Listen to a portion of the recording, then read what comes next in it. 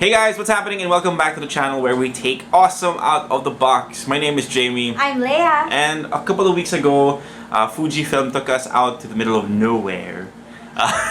Nowhere meaning Laguna, guys.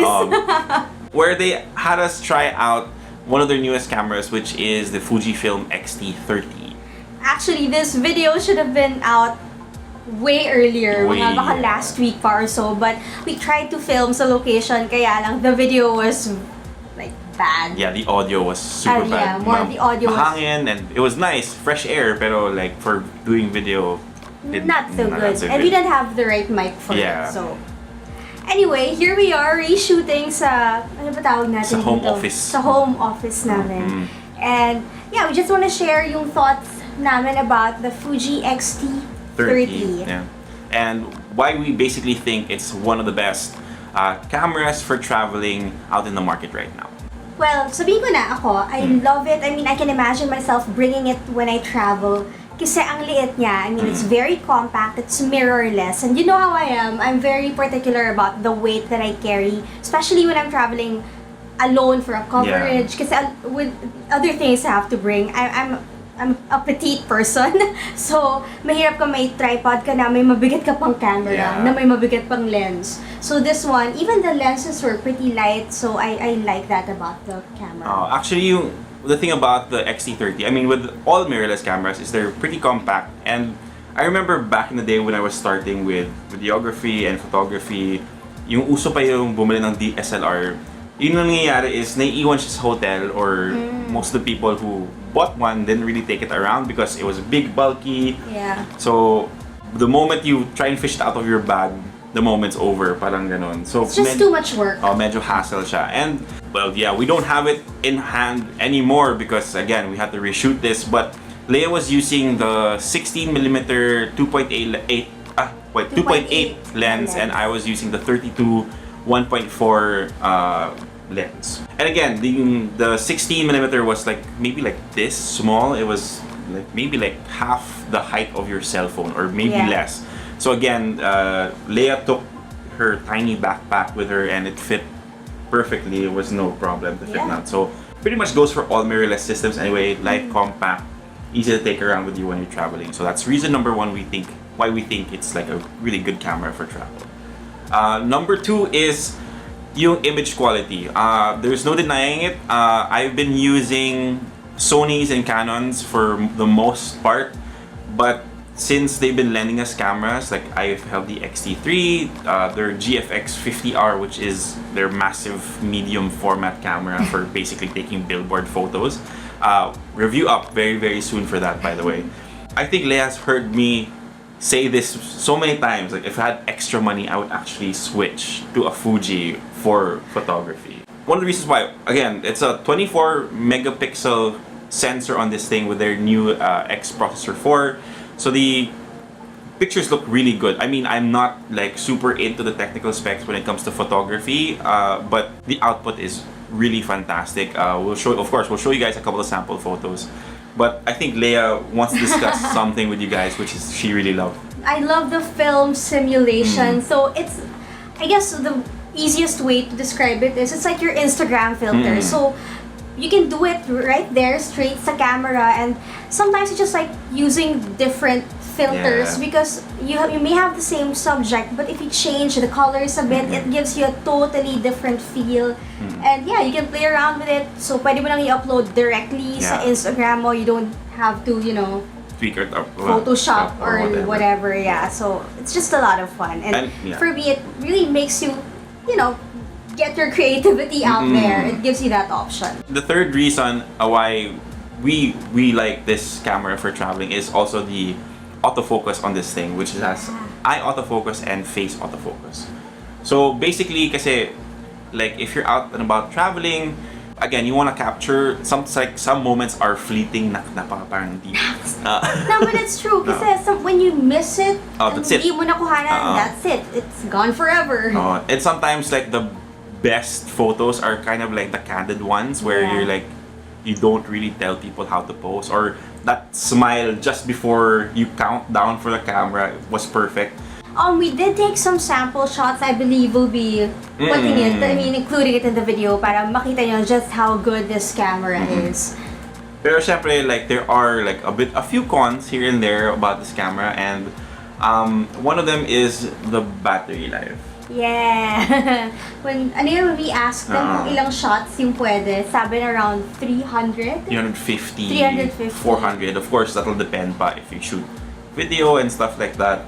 But again, kung medyo trigger happy ka, I am, yeah. I know it's bad, but I take about 1,000 photos a day when I travel. Yeah, it's wild. So pag uwi ko, I sort through everything like a mad person. But yeah, medyo trigger happy ako.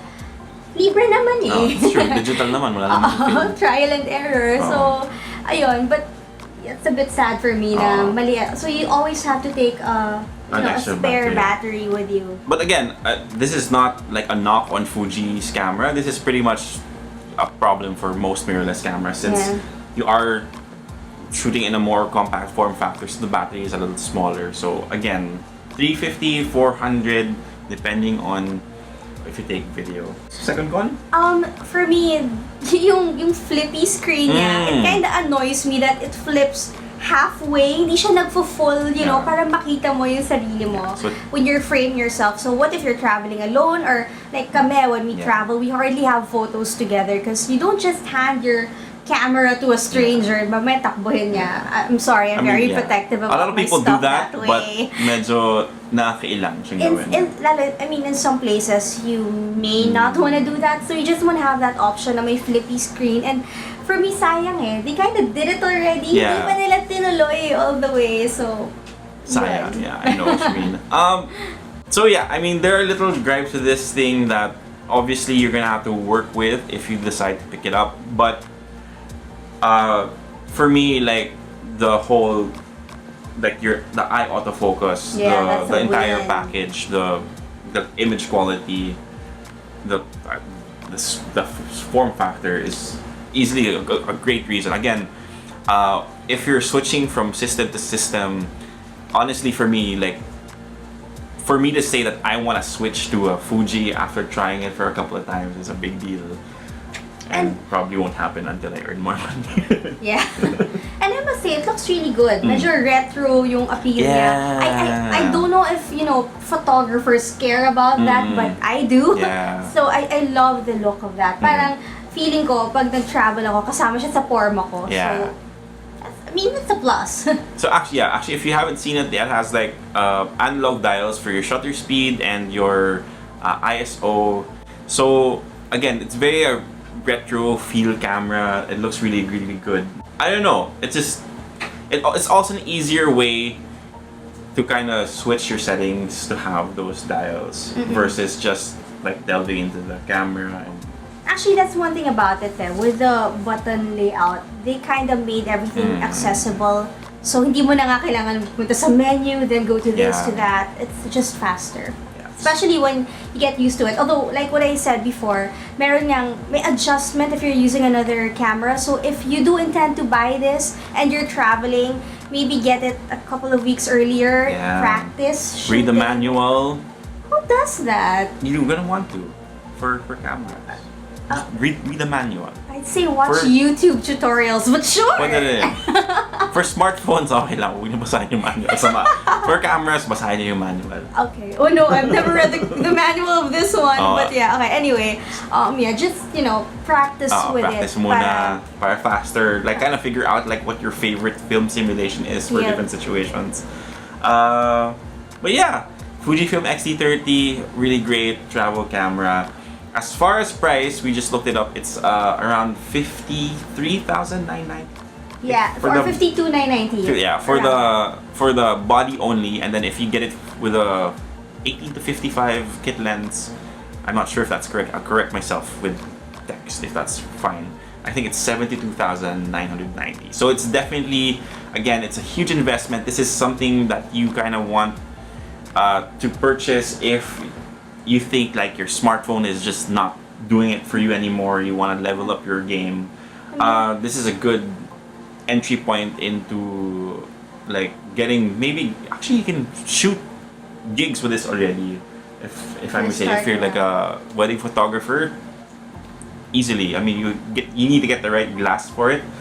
But yeah, definitely like the photo quality and stuff like that's on point. Tsaka if you're into into photography and you're into travel, and if you're like me that you're not really a fan of shopping for souvenirs, trinkets. Because for me, I like taking nice photos when I travel because it's a souvenir that I can keep with me forever.